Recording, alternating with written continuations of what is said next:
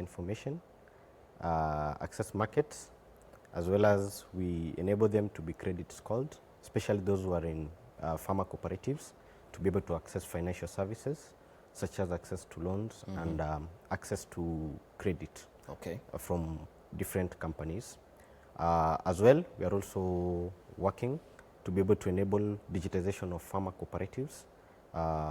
For instance, in major crop exports, for instance, Kenya is one of the leading exporters in avocado, coffee, tea, and the challenge is most of these farmers don't get the value to their pockets. Right. And the challenge is because most of these farmers are not directly linked to financial services. They don't keep records of their farms, and that's now where we come in to bridge the gap to help these farmers access this solution and have a credit scoring to be able to access finance. Remember, majority of Kenyans are farmers. Yes. Farming is the biggest employer in the country. Okay. And the saddest thing is also the poorest people in Kenya are farmers. Is that so? Yes. Because it's funny you've mentioned avocados. Yes. And I understand from Kenya to the UK, for instance, yes, an avocado from just, because I think I'm planning to know avocado at maybe say 40 bob around there, I don't know, I'm not sure. Yes. But by the time it gets to the UK, yeah, it's actually going for even 500 bob a piece. Yes. So are you guys helping the farmers here in Kenya get a value of that 500 shilling that is actually being used out there? Yes, no, you know, now this takes a process. It's not something that will happen overnight. First of all, there's different reasons why farmers are paid differently. Okay. You find before a farmer reaches the market, there's a broker in the way. And this broker is the one who dictates the price. Okay. You see, and it's not the market. You get? So when a broker dictates the price, the farmer will be forced to take whatever they have.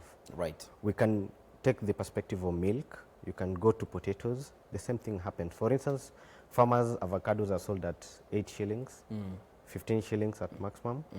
And the best paying companies pay maximum at 30 shillings for avocados. Right. But you find when you go abroad, the avocado can be sold at even 400 shillings or 500 shillings a piece. So this is a challenge that is caused by the way there's relaying of information, first of all to the market, from the farmer to the market, because most of these farmers don't lack the information. They know there's that. And then secondly, there's also issues of farmer knowledge. Right. So sometimes quality issues bring such a challenge where you find farmers don't produce that quality that can be able to guarantee the market. But at the same time, you find majority of the farmers, even if they have quality, because some don't have information due to that mix-up, they don't actually get the value of their farming. The biggest also problem is caused because majority of the farmers in Kenya are small scale. Small scale means I cannot carry my produce and take it to the market because it will not be viable for me. So farmers need to be educated. Farmers need to access platforms that can be able to enable, bridge that gap. Such as yours now? Yes. Okay. Now we understand their businesses. Let's look at our question of the day as we get you talking with us via our various social media handles and WhatsApp as well. What makes business incubation work? Have you had your business incubated? Ama wewe ni wale watu unamkanga unajipata uko na thao moja na unaingia biashara. Let us know what makes business incubation work, and especially if you have been through that process, or indeed if you want to be taken through that process, let us know your thoughts on it. Engineer, let me now come back to you. I mean, we're an engineer, but here you are in a totally different line of work. Sure. Yeah? Yeah, so my background is energy engineering. So I did energy engineering for 5 years. That is in Kenyatta University. Yeah, and in between I started my business. Right.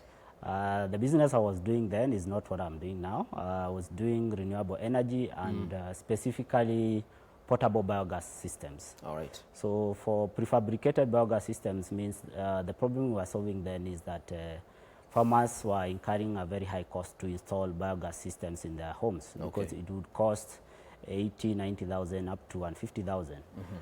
But they still need that biogas to cook and to do lighting in their homes. Right. Yeah, so we came up with a biogas system which was made out of plastic, recyclable plastic, so that we could now help to reduce the cost by half. Okay. Yeah, but still it was still a challenge because the farmers could not still afford the 50% off. It was still high for them. So that's when now we started now talking to the farmers. They said that if we could have come up with a way that we could have pay for this prefabricated biogas pole, then they are good, then we could go for them. So that's now where this other idea was born, together with my co-founder. It's called Richard. Right. So that's where now the whole idea now was born. Like, can we come up with a system that helps low and middle income afford essential goods and services, not only now the biogas, because you find that there are so many other essential goods and services that people need to have in order to achieve their goals. Right. Yeah. So your business was born out of your other business that you were doing due to your educational background, and one thing literally led to another. Yeah, sure. So it was more of a spin-off from the main business idea. Are you still doing the other business, the biogas business? No. So once now we settled now on this other new on the platform and looked at it at a broader perspective, we decided now to shelf the other one because it was more narrow. So we now got into how can we bring a more interactive and a more robust system. Okay. So now we shifted now from the biogas now into the flex pay part. So how did you come about now the incubation center at Kenyatta University? Obviously, you're a student there, but did it ever hit you? Because I was a student at Kenyatta University. Fortunately or unfortunately, I left before the incubation center was constructed. But did you, because it's just next to the gate, so every time you're going home, unaona hapa kuna opportunity, by the way. There's something happening. Ndio ukaingia ndani. All right? Okay, yeah. So basically, the incubation center didn't actually start with a big building. It started with a very small room with, I think, 3 or 4 of us in 3 companies. And it now evolved to the big Chandaria that you're seeing today. Right. But basically what happened, there was a call for ideas that they just do through the billboards and through the class reps, saying if you have a business idea, then come in, then we'll help you with the mentorship and all that kind of what happens in an incubation center. Okay. So it was more of them passing the word out there. And the good thing is that they were not only inviting students to the incubation center, they're also inviting even the public. So even if someone from outside can actually. So this is not a KU thing. Yeah, it was not. Yeah. So when now people applied, the space now became small because the 3-4 companies could not fit in the small room. Right. So that's why there was now a need now to build a bigger center. At a bigger center. Yes. All right. Yeah. And for you, Steve, did you were you or are you a student at Kenyatta University? Yes, I just recently graduated from KU. Good stuff. Yes, but I joined when I was in second year. Okay. That's when I joined the Ulisomea nini huko KU? I studied computer science. I am a computer science personally. All right. But initially I was doing energy engineering like him. But I think kwa hivyo ni engineer, tuanze kuita engineer hapa sasa. Okay. I am a software engineer. All right. Yeah. So basically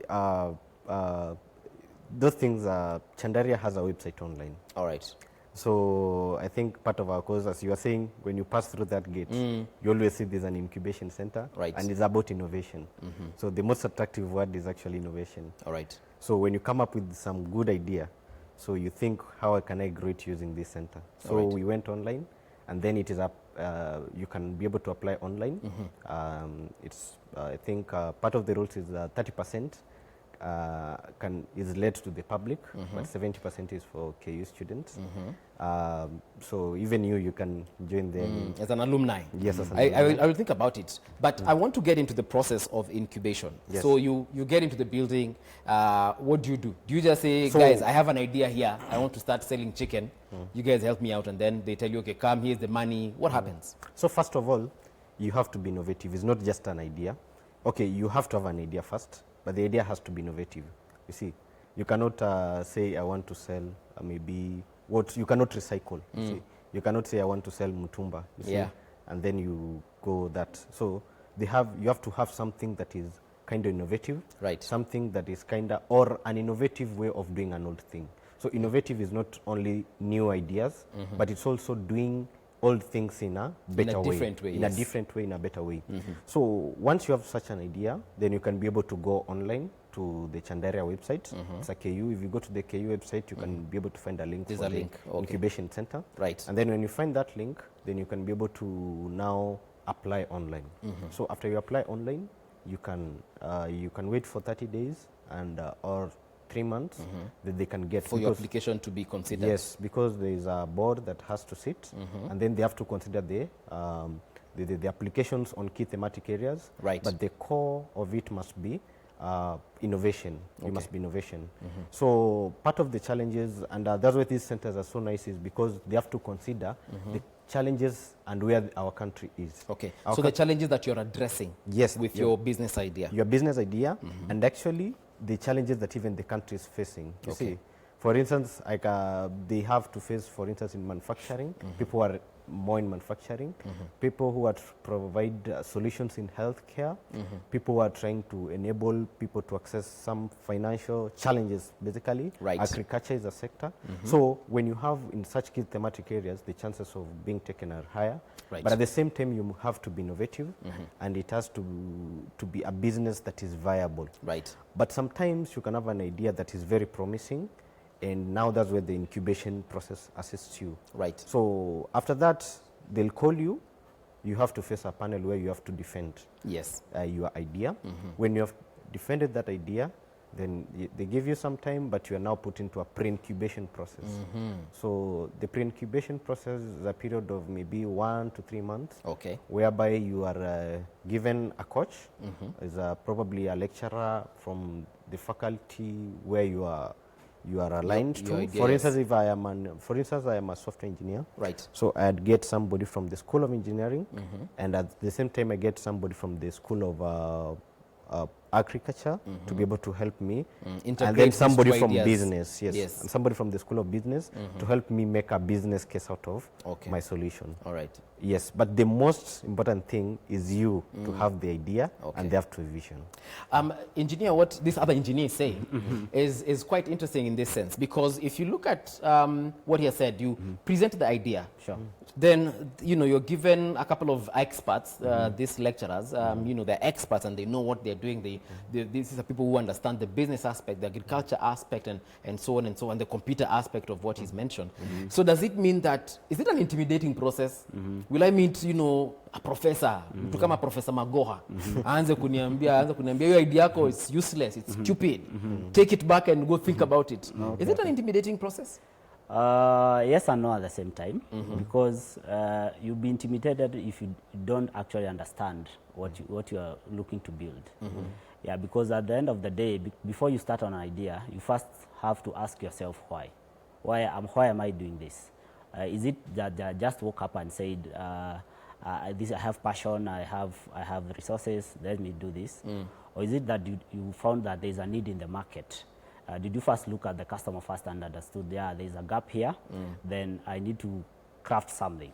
Or is it that there was a new technology just came out yesterday, and you said, I want to build a product around this technology, not understanding really if people want to use that technology? Right. Yeah, but just going back to how to get into the incubation center, yeah, you first have to refine yourself, because you have to face a panel. Yes. So at the end of the day, you must first have like what we call a pitch deck. Okay. A pitch deck is whereby you just arrange your ideas, your problem, your solution, your market in just a few slides, 6-7 slides, so that when you present the slides, they can be able now to critique and get into the nitty-gritties, just to see if you really understand what you're talking about.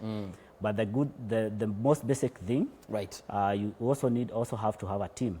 Because one-man show in business mostly does not work. But when you say a team, like a partner? Yeah, like a partner.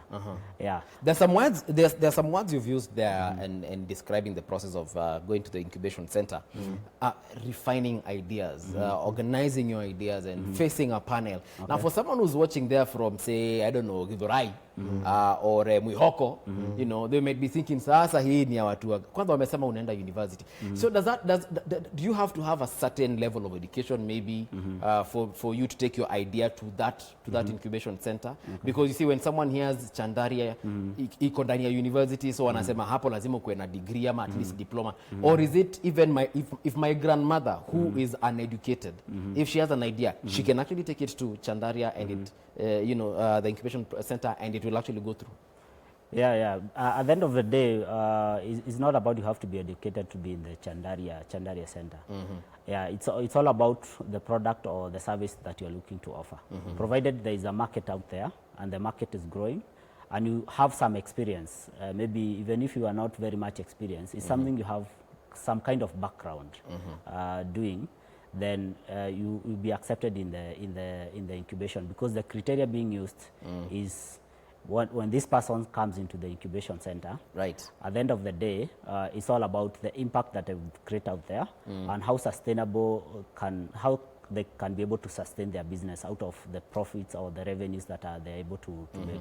So it's not a university thing, being that is. So I don't have to come there with, because you know, both of you have said or degree in computer science, or degree in engineering, where kuna mtu anataka hapo mtaani aseme hii si yangu. So it's open to anyone. Yeah, like there are business people who are making very basic products. They are like products out of eggshells, just crushing the eggshells and extracting some nutrients and packaging that. You see, that's a very basic thing that happens in the day-to-day, but how do you do it in a scalable way and package it in a way that customers can buy? All right. Steve, at least he has demystified the fact that we don't need to be magwiji wa masomo. What about, will it cost me anything to come to the incubation center to say, to bring my idea? For example, is there any kind of registration fee? Is there any capital, so to speak? I come with my idea, na nimesha kuja na pesa. I just want you guys to help me actualize this. Or is everything taken care of when I come to the incubation? So first of all, when you go to an incubation center, there are key things that probably drive you to go there. It is free to join, but of course there's an agreement you have to sign to most of them. It varies from one incubation center to the other. But for instance, in our case, you have to sign an agreement, and you have to yield some stake to the incubation center for the process that is there. You see, people, if you give people something for free, they might take it for granted. You see, and maybe I can come there and then I don't do anything. You see, right? But I have an office, or maybe so. They have to take a stake of the company. They have to see that you have the passion, and at the same time, as he has said, as my colleague has said, it has to be sustainable and scalable. That is very important. So when you go there, once they have evaluated all that, then you can have, you give some stake. It's not that much, I think around 10% to the institution. Yes, to the incubation. That is Kenyatta University. And after that, now you have a renewable agreement after yearly you have depending on the period that this incubation will take place. Yes, and depending on your business. Right. The good thing is they understand your business. Once they have understood that, that will be the major driving of the growth of your business and how they are going to work with you there. So the way, maybe if you've got the center assist you to get maybe some funding, right? Then they have some small stake that can so they actually do assist me to go out there and get the money. If it's like in your case, if it's you said agriculture helping farmers and so on and so forth, they go out there and partner you with other people as well who have similar interests to see how they can bring money to the project. So normally what happens in most businesses, if I go and open my office in say in town, the first person I'll get is a Kanjo, the second person I'll get is a different. So it will be even difficult for me to bring an investor from somewhere far to believe in me, you see. But when you are in an incubation center, you find, first of all, you have association with a university, known brands. Even big companies come to partner with it. Okay. So they give you an opportunity, and it is easier now for an investor to be able to reach you from such a center. Okay. We're taking a short break right now, but don't forget our question of the day. And we asked you, if indeed you've been in this process, let us know what your thoughts are on this one. What makes business incubation work? If you also want to get into this, I'm sure you do have questions. Let us know what you're thinking on WhatsApp. Let's check out WhatsApp as we're taking that break. Hello, how do you access the incubation online? All right, thank you very much for that one. We shall definitely let you know. But they said check out the Kenyatta University website. You will find the incubation link somewhere there. It's under the Manu Chandaria Business Center, right? Yeah. All right. Meanwhile, we're taking a short break. We'll be right back.